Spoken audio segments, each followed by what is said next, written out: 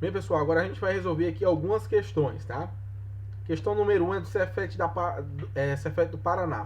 Fala o seguinte: as propriedades utilizadas para distinguir um material do outro são divididas em organolépticas, físicas e químicas. Associe a primeira coluna com a segunda e assinale a alternativa que apresenta a ordem correta das respostas. Então vamos lá, aqui a coluna 1 tem organoléptica, física e química, e aqui a coluna 2 algumas coisas aqui, tá? Vamos lembrar o que são propriedades organolépticas, tá?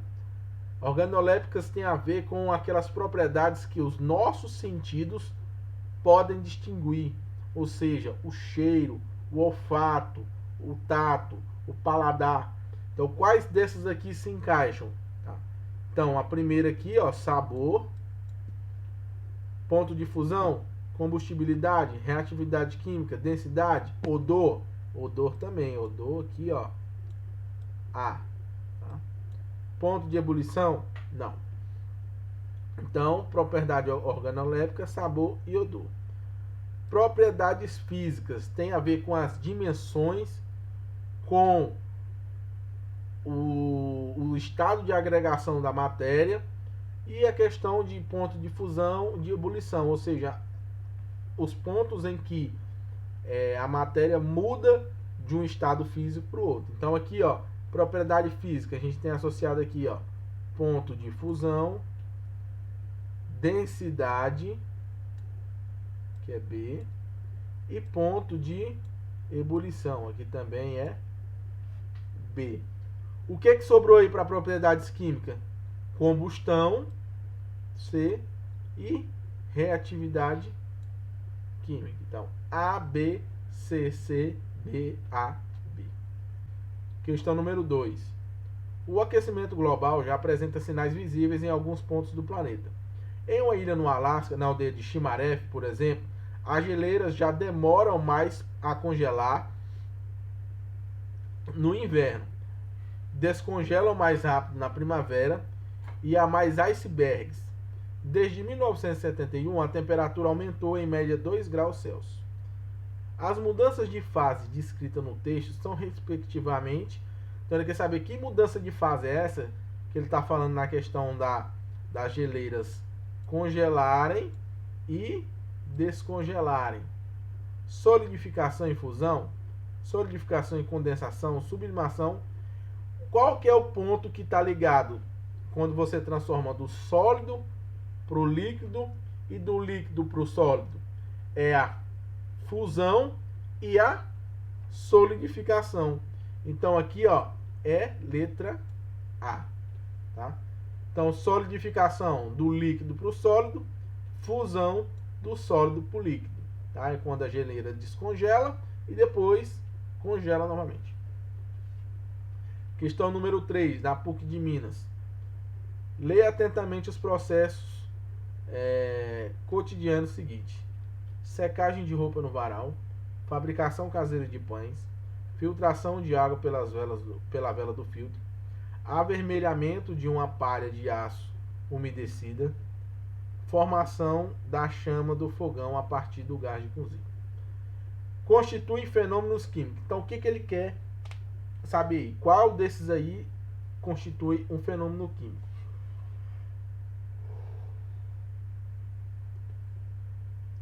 Então, o que ele quer saber aí? O que constitui fenômenos químicos, tá? Lembra qual a principal característica de um fenômeno químico?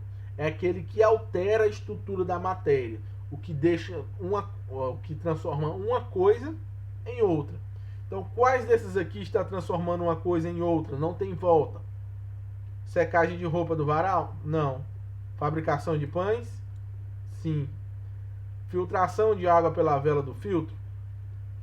A água você coloca no filtro, ela é filtrada, mas tem como você fazer o processo inverso, pegar aquela água de novo e sujar ela pela mesma sujeira que ficou lá na vela, tá? Então isso aqui é falso, isso aqui é um processo físico, tá? Avermelhamento da palha de aço, certo? Esse aqui é o processo de ferrugem, né? Formação da chama do fogão a partir do gás de cozinha, combustão, né? Então, qual que é verdadeira aqui? A primeira é falsa, então vai ser 2, 4 e 5. 2, 4 e 5, letra B. Questão número 4, questão do Enem. Fala o seguinte: em usinas hidrelétricas, a queda d'água move turbinas que acionam geradores em usinas eólicas. Os geradores são acionados por hélices movidas pelo vento. Na conversão direta solar-elétrica, são células fotovoltaicas que produzem tensão elétrica. Além de todos produzirem eletricidade, esse processo tem um fato em comum. Vamos lá. Letra A. Não provocam impactos ambientais. Olha, todos esses aqui provocam impactos ambientais. Tá? Independem da condição climática? Não. Ó, as hélices aqui, ó, dependem do vento. E aqui, ó, das usinas hidrelétricas, dependem dos rios, né? Não vai depender aqui de questões climáticas, de cheia do rio. Tá? C. A energia gerada pode ser armazenada? Isso aqui não tem nada a ver com isso aqui, tá? Letra D. Utilizam fonte de energia renovável? Ó, todas essas sim. Utilizam recursos renováveis. Dependem das reservas de combustíveis fósseis? Não, nada a ver. Então aí é letra D. Vamos lá, pessoal. Vamos dar continuidade.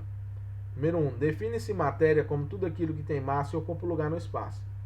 Entretanto, com o desenvolvimento de novas tecnologias, o ser humano conseguiu transformar a matéria em novos materiais.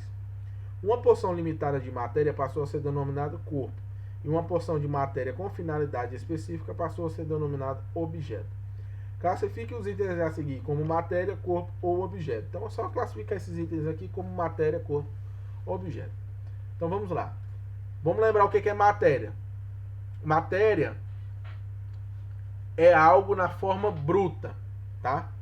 É o objeto na sua forma mais simples, tá? Sem nenhuma alteração. Então vamos lá, qual desses aqui a gente tem como matéria? Madeira é matéria? Madeira é matéria. M. Plástico. Plástico é matéria. Tubo de plástico canaleta, esquadrilha de ferro. O ferro, ó, na maneira mais bruta, é matéria. Pedaço de vidro. Vidro de janela. Ar que os alunos respiram. Matéria. Barra de ouro. Então aqui a gente já definiu o que é matéria. Vamos definir o que é o corpo. Lembra o que é um corpo? O corpo é uma porção limitada de matéria. Então o que a gente tem no corpo aqui? Ó? Um pedaço de vidro. Um pedaço de vidro é uma porção limitada de matéria. Então é um corpo. O que mais? A barra de ouro. Tá? Barra de ouro é um corpo. O ouro por si só é matéria. Você pega uma quantidade específica de ouro, é um corpo. Aqui a gente não tem mais corpo. Agora, o que é objeto? Objeto é quando você pega a matéria, né? Você pega a matéria, pega uma quantidade limitada dela de matéria, ou seja, pega um corpo específico, modela ele e transforma em algo útil, que é um objeto. Então a gente tem aqui como objeto cadeira de madeira, tubo de plástico, caneta estereográfica, esquadrilha de ferro de janela e o vidro da janela. Então, ó, em relação aqui, por exemplo, ó, pedaço de vidro, vidro de janela e vidro. O vidro seria a matéria. Pedaço de vidro é um corpo. O vidro da janela é um objeto. Tá ok? Vamos continuar. Número 2. Toda matéria apresenta propriedades comuns, propriedades gerais. Quando a matéria é uma substância pura, além dessas propriedades, ela apresenta outras que são particulares, as quais são usadas para melhor identificá-las. Então vamos lá. Sobre a propriedade da matéria, analise as proposições a seguir. As propriedades específicas físicas estão relacionadas à transformação física da matéria e servem para verificar se uma substância é pura. Dentre essas propriedades destacam-se densidade, ponto de fusão e ponto de ebulição. Essa aqui é verdadeira, tá? 2. São propriedades gerais da matéria: massa, extensão, compressibilidade. Extensão, isso aqui está ligado com dimensão, né? Compressibilidade, elasticidade e inércia. Essas propriedades também são usadas para identificar substâncias puras. Não, isso aqui é falso, viu? 3. As propriedades específicas organolépticas são aquelas que impressionam diretamente os sentidos. Ó, lembra, ó. Organolépticos tem a ver com sentidos. A exemplo de fase de agregação da matéria, sólida, líquida e gasosa, dureza, cor, brilho, odor e sabor. O uso das propriedades organolépticas no reconhecimento de substâncias é mais ou menos restrito. Isso aqui está certo também, tá? As organolépticas, elas realmente impressionam direto os sentidos. Aqueles dá exemplo de fase de agregação que a gente pode identificar através dos sentidos, tá? Então, essa aqui é verdadeira.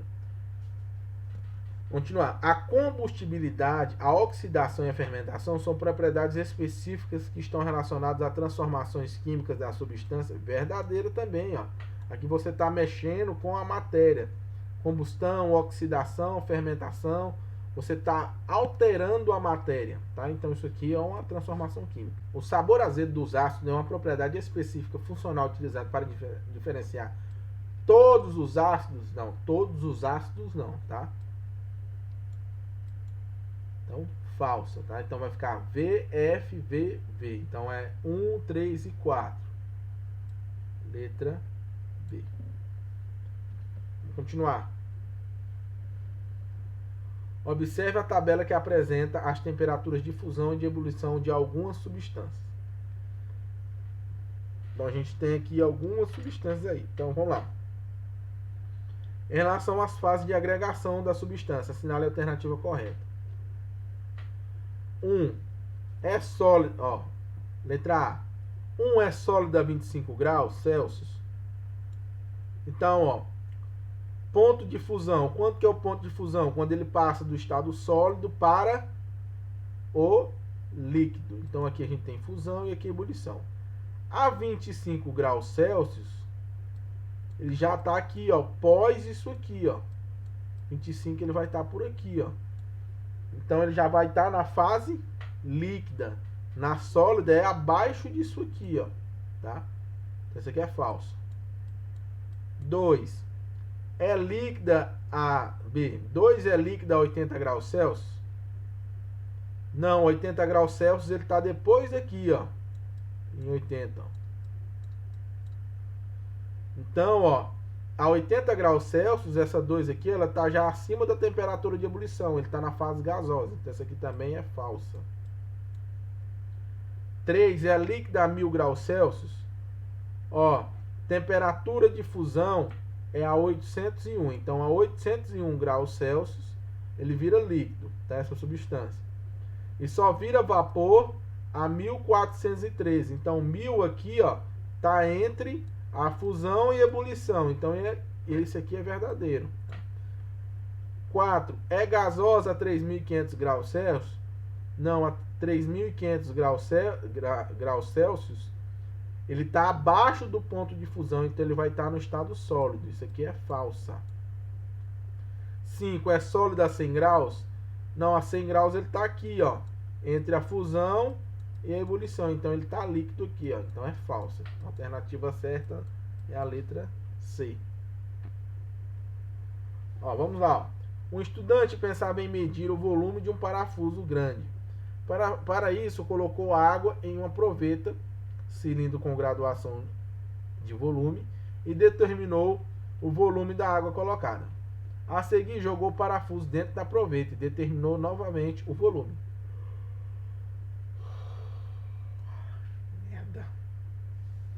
Um estudante desejava medir o volume de um parafuso grande. Para isso, colocou água em uma proveta, cilindro com graduação de volume, e determinou o volume da água colocada.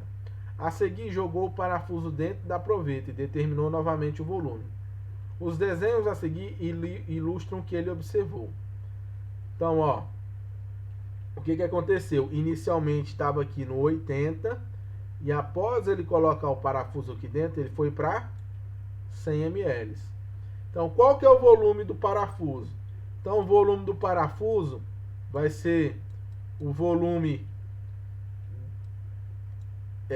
o volume depois da proveta menos o volume de antes dele colocar o parafuso, né?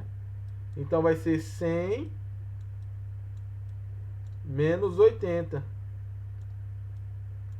Então o volume do parafuso vai ser 20 ml ou 20 centímetros cúbicos, tá? Isso com o volume é bem simples. A quantidade de água que sobra é a quantidade de volume do parafuso. Então vamos lá. 2.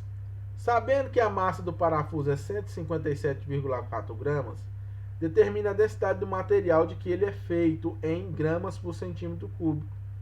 Ó, a gente sabe que densidade é massa sobre volume. Então qual que é a massa? 157,4 gramas, né? Qual que é o volume? 20, né? Que a gente descobriu ali em cima. Centímetros cúbicos. Isso aqui vai dar aproximadamente 7,87 gramas por centímetro cúbico. Tá? Simples. Questão do Mackenzie aí, pessoal, ó. Nos diferentes materiais a seguir expostos ao ar, verifique-se: 1. Sobre uma lâmina metálica forma-se uma película escura. 2. Bolinhas de naftalina vão diminuindo de tamanho. 3. Leite azeda. 4. Um espelho fica embaçado se respirarmos encostados a ele. 5. Uma banana apodrece. É possível diferenciar que são fenômenos físicos somente? Não, falso. A gente tem fenômenos aqui que alteram a estrutura da matéria, tá? B. Físicos 1, 2 e 5. Não, ó, vamos lá. 1. Lâmina metálica. Forma-se uma película escura, que está enferrujando aqui a lâmina, né? Isso aqui não é um fenômeno físico, é um fenômeno químico, né? Então só daqui a gente já sabe que isso é falso. Ó, físicos 2 e 4. Vamos ver qual que é 2. 2. Bolinhas de naftalina diminuindo de tamanho. E 4. Um espelho fica embaçado se respirarmos encostados nele. Isso aqui é fenômenos que tem a ver com fase de agregação da matéria. 1, 3 e 4. Transformação da matéria. Leite azedando, a lâmina metálica enferrujando e a banana apodrecendo. Essa aqui é a verdadeira, a letra C. Por eliminação, as outras estão erradas. Número 6. Instituto Federal do Rio. Número 6. Marque a alternativa que indica as principais fontes ou tipos de energias renováveis. Então vamos lá. Energia renovável. Petróleo, biomassa eólica. Ó, petróleo não, tá? Petróleo não é renovável. Gás natural, petróleo nuclear e hidrelétrico. Ó, essas três aqui não é renovável. C. Biomassa, eólica, petróleo e gás natural. Não. Essa aqui não. Eólica, hidrelétrica, solar e biomassa. Essa aqui tá certa. Hidrelétrica, solar, petróleo e gás natural. Então, letra D. Tá? Fontes renováveis utilizam recursos renováveis.